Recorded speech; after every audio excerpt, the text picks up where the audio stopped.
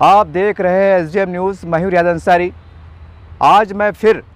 सभी जनता के बीच हाजिर हूं, लेकिन इस वक्त मैं बात करने जा रहा हूं हमारे शहर के ज़िला कलेक्टर आदरणीय सुनील चौहान साहब से कि सर, आपने जैसा पत्रकारों को जानकारी देते हुए बताया कि आपने घाटी दवाखाने के अंदर जो तो कंपनियों वालों से एक मीटिंग की है और कंपनी वालों ने आपको बस आकर किया है और एक बड़ा फंड भी दिया है ताकि हम कोरोना से युद्ध को हम जीत सकें।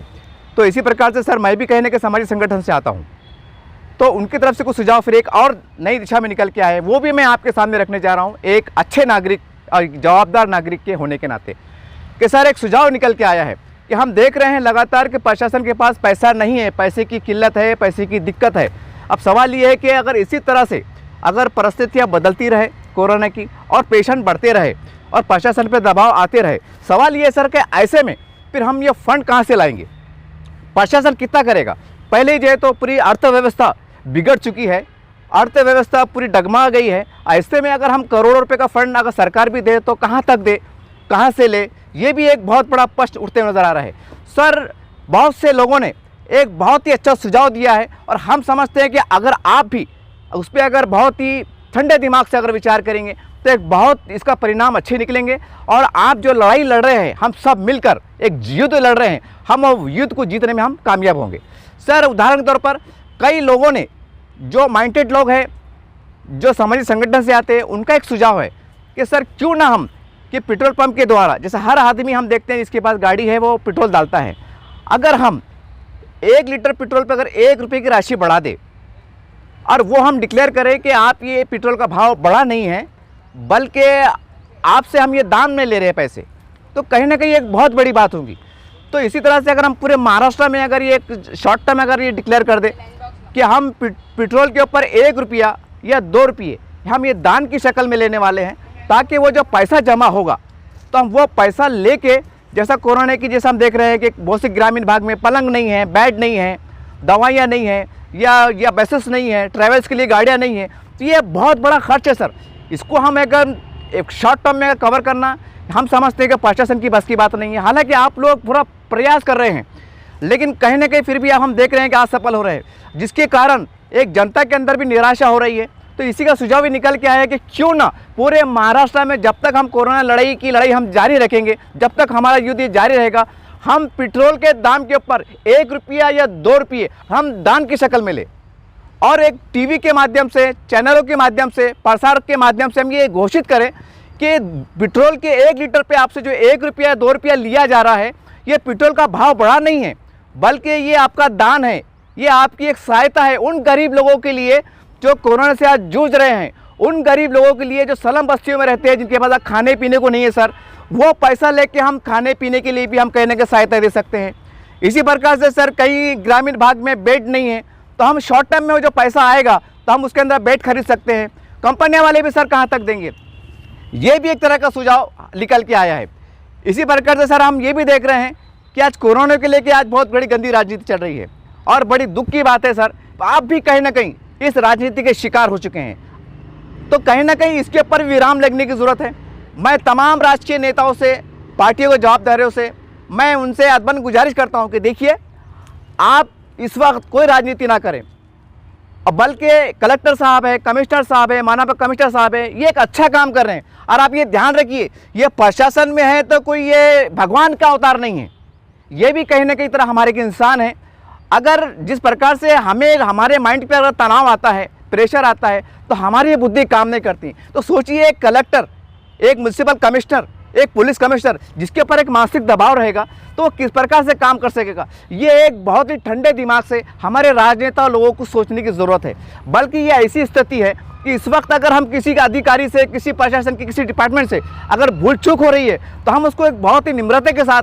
सलाह मशवरा करें, उनसे मीटिंग करें कि भाई आपसे यहाँ चूक हो रही है, हमें ऐसा नहीं ऐसा करना चाहिए। हम समझते हैं सर, अगर इस तरह से अगर हम काम करते हैं, इस कोरोना की युद्ध को हम बहुत अच्छे तरीके से जीत सकते हैं। सर, इसी प्रकार से एक सुझाव ये भी निकल के आया है, मैं कामगार संगठनों से हूँ और मैं कामगार संगठन का जवाबदार व्यक्ति भी हूँ, और मैं औरंगाबाद जो महानगर पालिका की हाथ गाड़ी फ्री वाला समिति होती है, जो शासकीय समिति होती है, मैं उसका कहने के सदस्य भी हूँ। तो उसके कारण मुझे सर हज़ारों जो हाथ गाड़ी वाले हैं ठेला वाले हैं, जो फुटपाथ पे व्यवसाय करते हैं, उनसे भी मेरी हमेशा बातचीत होती रहती है, विचार विमर्श होते रहते हैं। वो भी कहने के मुझसे कुछ पूछते रहते हैं कि पत्रकार साहब बताइए, या अध्यक्ष साहब बताइए क्या होने वाला है, अब क्या होगा क्या नहीं होगा। इस प्रकार से उनके मन में कुछ ना कुछ चलते रहता है। तो सर एक उनकी तरफ से सुझाव निकल के आया है। मैंने सर इस पूरे हफ्ता भर के दौरान मैंने एक अभियान चलाया उनको जागरूक करने के लिए कि आप वैक्सीन लीजिए, डोज लीजिए, इंजेक्शन लीजिए, ये आपके हित में है और हम कोरोना को इस प्रकार से हरा सकते हैं। लेकिन बहुत से गरीब जनता ने कहा है सर, उदाहरण के तौर पर एक आदमी, एक बंदा लेबर काम करता है, उसने मुझसे प्रश्न किया सर कि मान लो अगर मैं चेक कराने गया, मैं पॉजिटिव निकल गया और मेरा घर किराए का है, मेरे 2-3 बच्चे खाने वाले हैं, तो जाहिर सी बात है अगर मैं पॉजिटिव निकल गया तो 15 दिन तो मुझे क्वारंटाइन होना पड़ेगा, तो फिर मेरा घर का खर्चा कहाँ से चलेगा, मैं किराए से कैसे दूंगा। तो ये एक बहुत बड़ी समस्या है। और ये एक आदमी व्यक्ति नहीं सर, हम समझते हैं कि पूरे महाराष्ट्र में आपके पास एक डिपार्टमेंट है, लेबर डिपार्टमेंट, आप वहाँ से आंकड़े निकाल सकते हैं कि महाराष्ट्र में नॉन अधिकृत लेबर कितने हैं, महिलाएं कितनी हैं। ये एक बहुत बड़ा आंकड़ा निकाल के आ रहा है सर। इसी प्रकार से वो ऐसे लोग जो फुटपाथ पे कारोबार करते हैं और कहीं ना कहीं वो भी सर गरीब हैं, तो उनके मन में भय का माहौल है कि हम इंजेक्शन नहीं लेंगे, अगर हम लेंगे तो फिर महीना भर हमें घर पे रहना पड़ेगा, हमारे बाल बच्चे भूखे मरेंगे। तो सर एक उनकी तरफ से सुझाव निकल के आया है कि मान लो कोई एक लेबर अगर वो वैक्सीन लेता है और थोड़ी देर के लिए ये भी मान लो कि वो जो है तो पॉजिटिव निकलता है, तो आप शॉर्ट टाइम जो है तो उसको कम से कम 2 महीने का राशन जो है तो उसको दे और उसके अकाउंट में हम मिनिमम मैक्सिमम 3,000 रुपये डालें, ताकि सर वो भले ही किराया बाद में दे देगा, चुका देगा, लेकिन उसके जो छोटे छोटे बच्चे हैं वो क्या खाएंगे सर। अगर हम 3,000 रुपये की राशि तुरंत डालते हैं 24 घंटे के भीतर, तो हम समझते हैं कि अपनी इच्छा से हज़ारों लोग वैक्सीन लेने के लिए आएंगे। अब यहाँ पर दूसरा प्रश्न फिर उठ रहा है कि अगर सैकड़ों की संख्या में अगर इस प्रकार के पॉजिटिव जो लेबर है, गरीब है, अगर वो सामने आ जाएंगे तो हम कितने लोगों को 3,000 रुपये दे पाएंगे, ये भी एक बहुत बड़ा प्रश्न है। तो इसीलिए मैंने आपको सुझाव जो दिया है सर, ये कई जानी जो माने जो लोग हैं, ब्रिलियंट लोग हैं, उनके तो सुझाव आया है, क्यों ना महाराष्ट्र सरकार 1 लीटर पेट्रोल के ऊपर 1 रुपया या 2 रुपये की राशि एक हम दान दे रहे हैं भाई, ये हम घोषित करें कि हम आपके ऊपर ये पैसा पेट्रोल का भाव बढ़ा नहीं है बल्कि हम दान ले रहे हैं। तो सर आप खुद मान लीजिए, अंदाज़ा लगा लीजिए पूरे महाराष्ट्र में पूरे पेट्रोल पंप पर कितना डीजल बिकता है, कितना पेट्रोल बिकता है। ये एक बहुत बड़ी बात है सर। और हम उसके अंदर ये भी प्रावधान करें कि 1 महीने के भीतर पेट्रोल के द्वारा 1 रुपया कितना दान आया जिला लेवल पर, जिला स्तर पर, क्योंकि ऐसा भी हुआ, ऐसा देखने में आया है कि हमारे माननीय प्रधानमंत्री मोदी जी के फंड के अंदर लाखों करोड़ रुपया आया, लेकिन पता नहीं, जनता पूछ रही है कि आपके फंड में कितना पैसा आया बताइए, कहाँ पर उसका यूटिलाइज हुआ बताइए, बता नहीं पा रहे हैं, गोलमोल बातें चल रही है। अगर हम सर इसका प्री प्लान काम करें, अगर हम जनता से एक बहुत ही निम्रता के साथ 1 रुपया या 2 रुपये 1 लीटर पेट्रोल पर हम दान की शक्ल में ले, क्योंकि सर पेट्रोल लेने वाला व्यक्ति मुसलमान भी होता है, हिंदू भी होता है, दलित भी होता है, सिख भी होता है, ईसाई भी होता है, और हम समझते हैं कि तमाम धर्म, हिंदू है, मुस्लिम है, सिख है, ईसाई है, तमाम धर्म के लोगों के अंदर भी कहीं ना कहीं 10%, 15%, 20% गरीबी रेखा से नीचे एक समाज रहता है, हर धर्म समाज का रहता है। तो हम समझते हैं कि अगर हम इस प्रकार का अभियान चलाते हैं तो हर धर्म समाज का व्यक्ति आगे आएगा। इसी प्रकार से सर हम ये भी देखते हैं कि कई लोग ऐसे हैं जहाँ पर एक फैमिली में 3 सरकारी कर्मचारी हैं, कई पत्नी पति जो है तो सर्विस पे हैं, जैसे हमारे पास जो है तो अस्थि कुमार साहब है और उनके मिसेज भी जो है तो पुलिस अधिकारी है। तो ऐसे भी हम जो है तो लोगों को सुझाव दे सकते हैं कि भाई अगर आपके घर में 2-3 अगर अधिकारी हैं, बड़े पोस्ट के ऊपर हैं, तो आप दोनों में से, तीनों में से कोई एक बंदा, कोई एक व्यक्ति जो है तो अपनी खुशी से 1 महीने की तनख्वाह डोनेट कर दे। इस तरह से अगर हम अभियान चलाएंगे तो सर जनता को संदेश अच्छा जाएगा कि जब प्रशासकीय अधिकारी भी आगे बढ़ रहे हैं तो जनता को भी 1 रुपये देने में ज़्यादा दिक्कत नहीं आएगी। अगर हम ये अभियान नहीं चलाते हैं तो जनता तो यही बोलेंगे ना, एक तो हम भूख से मर रहे हैं, ऊपर से अब हमसे डोनेट ले रहे, तो कहीं ना कहीं एक थोड़ा सा एक जनता का माइंड क्रिएट करने के वास्ते हमें इस प्रकार का अभियान चलाने की ज़रूरत है। इसी प्रकार से सर हम देख रहे हैं कि राशन की दुकानों पे कहीं ना कहीं कालाबाजारी चल रही है, ये सच्चाई है सर। ये राशन कार्ड के ऊपर मैं आपको बहुत ही महत्वपूर्ण जानकारी देने जा रहा हूँ। यही भी कारण है कि जनता प्रशासन से नाराज़ है। मैं आपको उदाहरण दूंगा सर, हम भारत देश में रहते हैं और आज भी हमारे पास ऐसी व्यवस्था है कि हम जॉइंट फैमिली में रहते हैं, चाहे हिंदू हो, मुसलमान हो, सिख हो, सभी हम जॉइंट फैमिली में रहते हैं। हम एक जॉइंट फैमिली का मतलब ये होता है सर 15 आदमी, 20 आदमी, और 15-20 आदमी का राशन कार्ड नहीं बनता सर। अब जो कानून के जानकार है, जिनको माहिती है, वो लोगों ने बनाया होगा, लेकिन उनका परसेंट 1% है सर। लेकिन जो जॉइंट फैमिली होती है, होता है क्या सर, उनके पास होते हैं जॉइंट फैमिली के अनुसार 16 आदमी, छोटे बड़े बच्चे मिला के, और राशन कार्ड पे होता है उनके 5 आदमी के नोन, क्योंकि 5-6 के ऊपर उस पर लिया नहीं जाता। एक अजीब भय का माहौल चढ़ रहा है सर। तो उसमें होता है क्या सर, एक घर में अगर 15 व्यक्ति हैं और 5 जनों का नाम, 5 व्यक्तियों का नाम अगर राशन कार्ड पे है, तो सर सीधे सीधे तौर पर जो 10 व्यक्ति है उनका नाम राशन कार्ड में नहीं है। क्योंकि जब वो राशन कार्ड में नाम डालने के लिए जाते हैं तो वो बोलते हैं इतने नाम आते नहीं, इतने नाम जाते नहीं। ये एक बहुत बड़ी टेक्निकल प्रॉब्लम है सर, इसके ऊपर आपको बहुत गंभीरता से विचार करने की जरूरत है। क्योंकि एक राशन कार्ड पे क्या मिल रहा है सर, 15-20 किलो अनाज मिल रहा है। तब सवाल ये जो जॉइंट फैमिली है, ये बड़ी संख्या में सर, ये हिंदू भी है, मुसलमान भी है, सिख भी है, ईसाई भी है, दलित है, हमारी जॉइंट फैमिली है। ये हमारी परंपरा है भारत की सर, जो आज भी चल रही है कहीं ना कहीं। तो हम समझते हैं कि जैसा पहले हमने देखा है, आप भी इसकी, आप जिला अधिकारी, आप उसकी जांच भी कर सकते हैं कि आज से जब 4-5 साल पहले जब कांग्रेस से राष्ट्रवादी सरकार हुआ करती थी केंद्र के अंदर कांग्रेस की,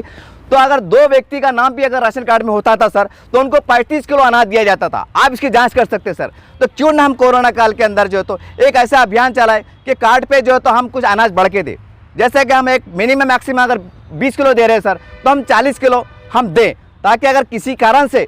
उनके बच्चों का नाम राशन कार्ड में नहीं आ सका, टेक्निकल कारण से, या उनके पास बर्थ सर्टिफिकेट नहीं है, या आधार कार्ड नहीं है, या नाम में कोई डिफिकल्टी है, ऐसे कारण से भी जो है तो सर उनके नाम राशन कार्ड में नोंद नहीं हो पाते हैं। हम समझते हैं कि हम हमारी इच्छा से प्रशासन एक मानवता के आधार पर अगर उनको एक कार्ड के पास 10 किलो 15 किलो अनाज बढ़ के दे दे, तो हम समझते हैं कि इस प्रकार से भी लोग घर में भूखे नहीं रहेंगे, कुछ न कुछ चटनी मिर्ची खाएंगे। ये इस प्रकार की कहीं ना कहीं बातें आज गरीब जनता, लेबर जनता, जो हाथ मजदूर है सर, जो भूखे मरने की कगार पे हैं, वो बता नहीं पा रहे हैं। तो सर ऐसा हो सकता है, मैं दावा है सर मेरा, अगर हम 15-20 दिन, अगर 1 महीना इस प्रकार से ही खामोश रह के बिता दिए, तो आप देखेंगे महाराष्ट्र में, ग्रामीण भाग में कई हमारे किसान भाई, हमारी माताएं, हमारी बहनें आत्महत्या करेंगी सर। बहुत दुख की बात रहेंगी सर कि एक किसान होके भी अगर आत्महत्या करता है इस कारण से कि उसको अन्न नहीं सर, ये बहुत दुख भरी बात रहेंगी। इसी प्रकार से हम देखते हैं सर शहरों के अंदर, हमारा औरंगाबाद शहर इंडस्ट्रियल शहर है, यहाँ पर जो तो यूपी बिहार से बाहर से लोग आए हुए हैं सर, उनके राशन कार्ड नहीं है सर, वो कहने के फंसे हुए हैं। और अब तो टेक्निकल इतना फास्ट हुआ है सर कि पहले तो भी कहीं ना कहीं बोगस कार्ड बन जाया करते थे।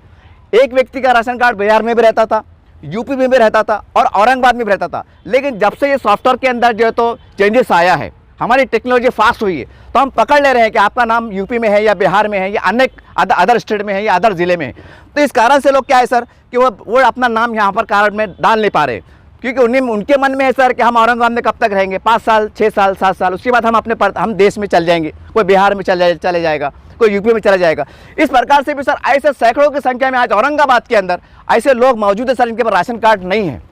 अब सवाल ये सर, वो लेबर है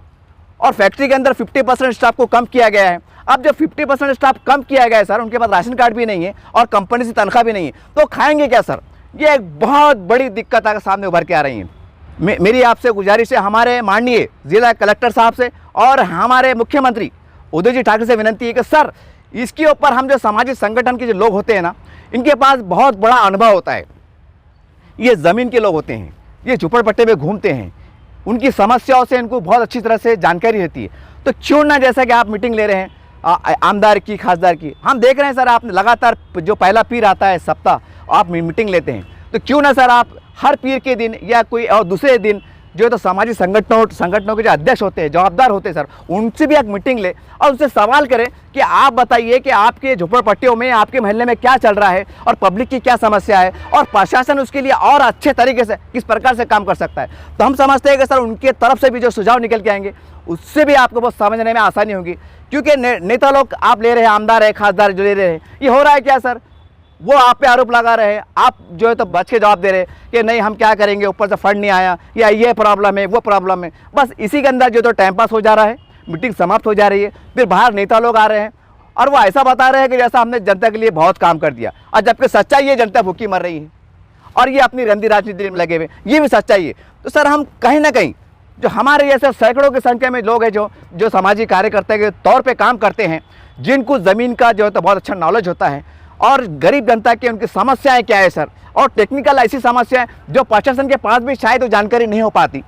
क्योंकि ये जो जितने बड़े बड़े अधिकारी होते हैं, ये बड़े बड़े ऑफिसर होते हैं, इनका जन्म झोपड़पट्टी में नहीं होता है, ना ये इनका ज़्यादा उठना बैठना झोपड़पट्टी में होता है। इस कारण से भी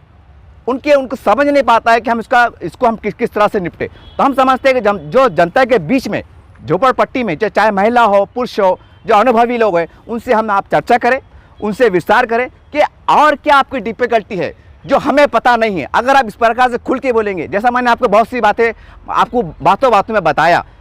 जो लोगों ने मुझे जानकारी दी, तो इसी प्रकार से अगर आप उनसे भी अगर खुल के पूछेंगे तो हो सकता है कि वो भी आपको कुछ ऐसी बातें बताए कि जिसके कारण आपको निर्णय लेने में आसानी हो और यहाँ का नियोजन करने में आसानी हो। तो सर, ये जो सुझाव निकल के आए हैं ये बहुत महत्वपूर्ण है। हम समझते हैं कि महाराष्ट्र में अगर कम से कम मिनिमम मैक्सिमम सर 1 साल के वास्ते अगर हम 1 लीटर पेट्रोल पे 1 रुपया या 2 रुपये की राशि दान मोल कर ले, इसी प्रकार से जो टोल नाके होते हैं पूरे महाराष्ट्र में, वहाँ भी अगर हम पर गाड़ी 1 रुपया या 2 रुपया दान बोल के ले सर कि ये दान दे रहे हैं, ये आप गवर्नमेंट को नहीं दे रहे बल्कि ये आपको जो पैसा राशि जमा हो रहा है, ये राशि के अंदर गरीबों को अनाज आएगा, उनकी दवाइयाँ आएंगी, उनके लिए वेंटिलेटर आएंगे, उनके लिए बेड आएंगे, उनके लिए ट्रांसपोर्ट का व्यवसाय होगी। इस प्रकार से सर अगर आप घोषित करते हैं और जनता से संबोधित करते हैं तो हम समझते हैं बहुत बड़ी बात होगी। इसी प्रकार से सर इस अभियान को और ज़्यादा मोटिवेट करने के लिए हमारे जो मतलब फिल्म स्टार है, हमारे पास अमिताभ बच्चन जी है, हमारे पास शाहरुख खान जी हैं और भी जो स्टार लोग हैं, इनसे भी आप जो है तो विज्ञापन देके इनसे भी एक जागरूकता के लिए काम करा सकते हैं। सर इस प्रकार से बहुत अनेक बातें हैं। हम समझते हैं कि इसके अंदर से बहुत अच्छी अच्छी बातें जो निकल के आई हैं, तो माननीय जिलाधिकारी साहब, पुलिस कमिश्नर साहब और म्यूनसिपल कमिश्नर साहब और हमारे जो मुख्यमंत्री है और हमारे जो नेता हैं, हमारे खासदार साहब है, आमदार साहब है, एमएलसी वाले हैं, ये भी कहीं ना कहीं अपनी थोड़ी राजनीति को बाजू रखकर अगर हम मिल के बैठे कि आज कोई हिंदू नहीं है, कोई मुसलमान नहीं है, कोई एमआईएम नहीं है, कोई राष्ट्रवादी नहीं है, कोई कांग्रेस नहीं है, आज हम सिर्फ एक भारत के नागरिक हैं और आज हमारी पहचान किसी पार्टी की नहीं है बल्कि एक भारतीय की है, एक हिंदुस्तानी की। अगर ये विचारधारा के साथ अगर हम ग्राउंड टेबल पर बैठे तो हम समझते हैं कि झगड़ा खत्म होगा और जनता की समस्या को निवारण होगा। मैं इतना कह के सर मैं अपनी बात को ख़त्म करता हूँ, अपनी बात को विराम देता हूँ। जय हिंद, जय महाराष्ट्र।